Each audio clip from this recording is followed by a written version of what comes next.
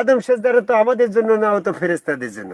আচ্ছা, আমাদের জন্য যদি না হয়, ইবলিসের জন্য তো ইবলিস তো ফেরেস্তা না, সে তো জিন জাতীয়। সূরা কাফের 50 নম্বর আয়াত। ইবলিসের জন্য যদি ফরজ হয়, আর ইবলিসের জন্য আল্লাহ পাক হুকুম করলো যে তুমি আদম সেজদা করলে না কেন, যাকে আমি নিজ হাতের দ্বারা সৃষ্টি করলাম, সূরা সাদের 75 নম্বর আয়াত। তাহলে ইবলিসের জন্য আদম সেজদা ফরজ, এটা তো আমরা মেনে নিচ্ছি গো। জি বেদুল।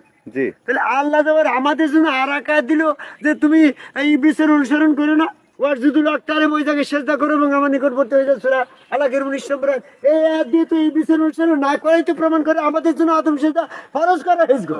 জয় গুরু।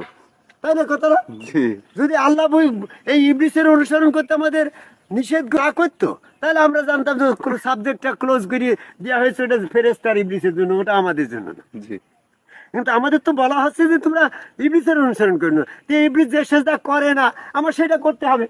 আমি যদি ইবলিস আদম কাবার সেজদার বিরোধী, আমি যদি ইবলিসের মতো আদম সেজদার বিরোধী, তো আমি তো ইবলিসের অনুসরণ করে আল্লাহ পাকের হুকুম অমান্য করলাম। জি। তাহলে ইবলিস যে কারণে ইবলিস হয়েছে, আমাকে খুঁজে খুঁজে সেই কাজটা করি, তো ইবলিসের অনুসরণ থেকে নিজেকে বিরত রাখতে হবে। জয় গুরু। তাহলে আমরা এই এতদিন যাই বুঝলাম, আজকের আমার এই কথাই আত্মসমর্পণ করে বুঝে আল্লাহ পাকের বাক্যের পরে আত্মসমর্পণ করে সাবধান, তুমি ইবলিসের অনুসরণ করো না। ইবলিসের অনুসরণ করবো না বিদায় ইবলিস এরকম ভাবে আদম কাবার সেজদা করে না, আমি সেজদা করি।